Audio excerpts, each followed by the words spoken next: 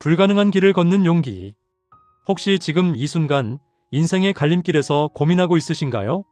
아니면 누군가로부터 받은 부르심이나 사명이 너무 크고 불가능해 보여서 두려움에 떨고 계신가요? 오늘 제가 여러분과 함께 나누고 싶은 이야기는 바로 그런 상황 속에서 가장 필요한 것이 무엇인지를 보여주는 이야기입니다. 역사 속에서 가장 위대한 믿음의 사람으로 기억되는 인물, 아브라함. 그의 삶을 들여다보면 우리가 오늘날 놓치고 있는 것이 무엇인지가 명확하게 드러납니다. 단순히 성공을 추구하거나 안정적인 삶을 원하는 우리와 달리 아브라함은 모든 것을 버리고 갈 바를 알지 못한 채 출발했습니다. 오직 하나님의 음성을 따라. 그 시대는 우상 숭배가 세상을 덮고 있던 때였습니다. 사람들은 거짓된 신들을 섬기고 있었고 심지어 아브라함의 가족도 그 세례를 피할 수 없었습니다.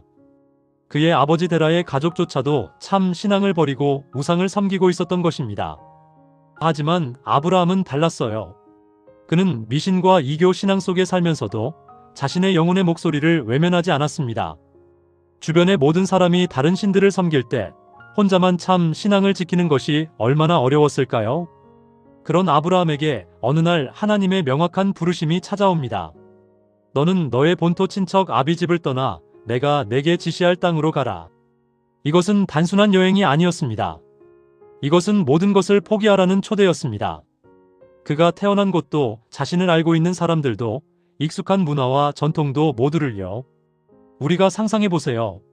지금 이 순간 당신이 아브라함의 위치에 있다면 어떨까요? 직장을 그만두고 친구들과 헤어지고 가족도 남기고 떠나라는 말입니다. 그리고 그 목적지가 어디인지도 모른 채로요. 우리 대부분은 그런 결정을 할 수 없을 겁니다. 그런데 아브라함은 했습니다. 의심 없이, 주저함 없이.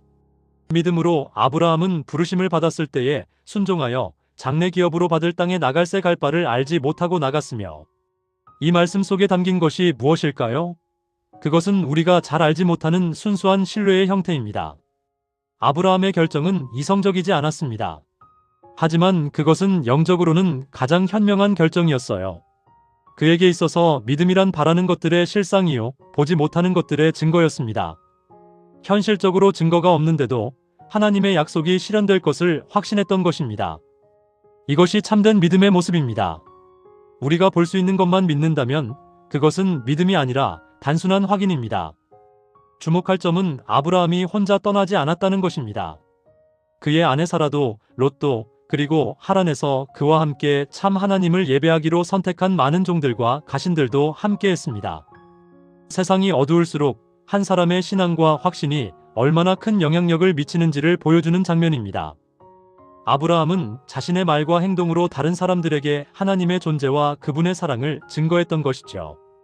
이제 가나안 땅에 도착한 아브라함의 이야기가 펼쳐집니다. 그가 발을 딛게 된 곳은 정말 아름다운 곳이었습니다. 에발산과 그리심산 사이에는 감람숲과 솟는 샘물들이 있었고 골짜기는 풀이 무성했습니다. 밀과 보리, 포도와 무화과, 석류와 감람이 자라는 비옥한 땅이었어요.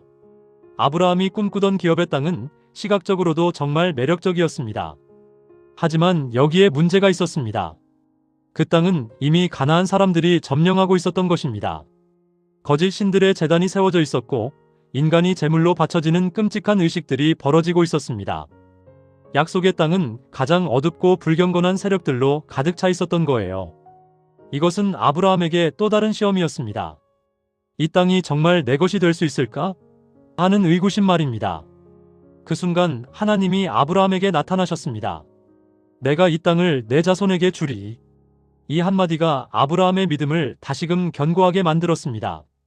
신의 임재를 느낀 아브라함은 그곳에 제단을 세웠고 후대를 위해 신앙의 흔적을 남겼습니다. 그가 장막을 치는 곳마다 제단을 세운 것입니다. 이 제단들은 단순한 종교의식이 아니었어요. 그것은 다른 사람들을 위한 신앙의 증거이자 후대 사람들이 따라올 영적 길잡이였습니다. 그런데 곧 또 다른 시련이 찾아옵니다. 기근입니다. 하늘은 비를 내리지 않았고 시냇물은 말랐으며 들의 풀은 시들어버렸습니다. 양떼들과 가축들은 먹을 풀을 찾을 수 없게 되었어요. 아브라함이 어려움을 겪을 때마다 사람들은 그를 유심히 지켜보고 있었습니다. 이 사람의 신앙이 정말 참된 것인가를 시험하고 있었던 거죠.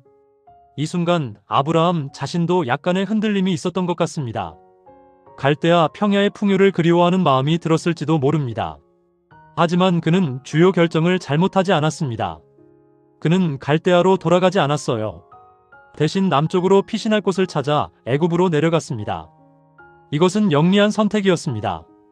기근을 피하면서도 약속의 땅에 가까운 곳으로 임시로 피난하여 다시 돌아갈 준비를 하고 있었던 것입니다. 여전히 아브라함의 마음은 가나안에 고정되어 있었습니다.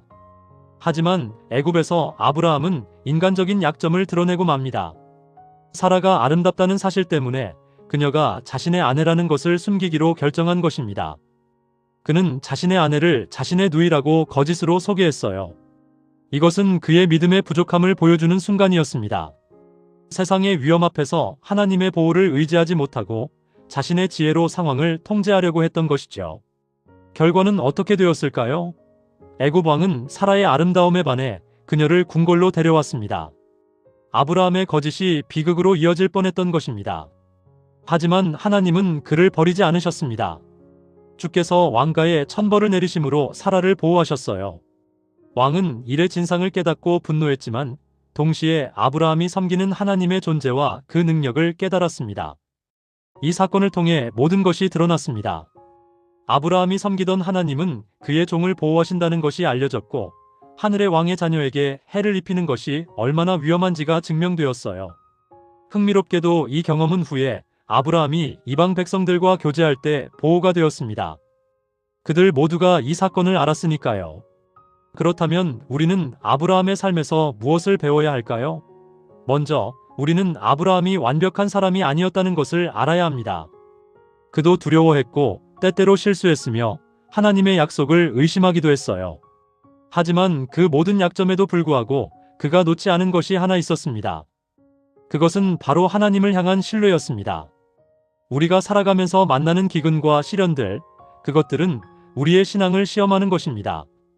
그러나 그것은 동시에 우리를 더욱 강하게 만들고 우리의 영혼을 정련하는 하나님의 섭리입니다.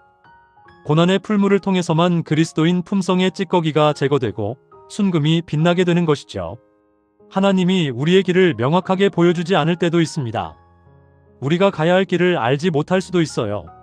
하지만 그렇다고 해서 우리가 혼자인 것은 아닙니다. 아브라함이 약속의 땅에 도착했을 때 이방 민족들이 그 땅을 차지하고 있었듯이 우리도 우리가 받은 소명을 이루기 위해 많은 장애물을 마주할 것입니다. 하지만 그 장애물들은 우리의 믿음을 흔들기 위한 것이 아니라 그것을 더욱 견고하게 하기 위한 것입니다. 아브라함은 그의 장막을 치는 곳마다 제단을 세웠고 그 제단들은 후대 사람들을 위한 믿음의 증거가 되었습니다. 우리도 마찬가지입니다. 우리가 겪는 고난과 시련 그리고 그 속에서 보여주는 우리의 믿음과 신뢰는 다른 사람들의 영혼을 깨우고 강하게 하는 힘이 될 수 있습니다. 만약 당신이 지금 아브라함처럼 갈 바를 알지 못하는 길 위에 서 있다면 낙심하지 마세요.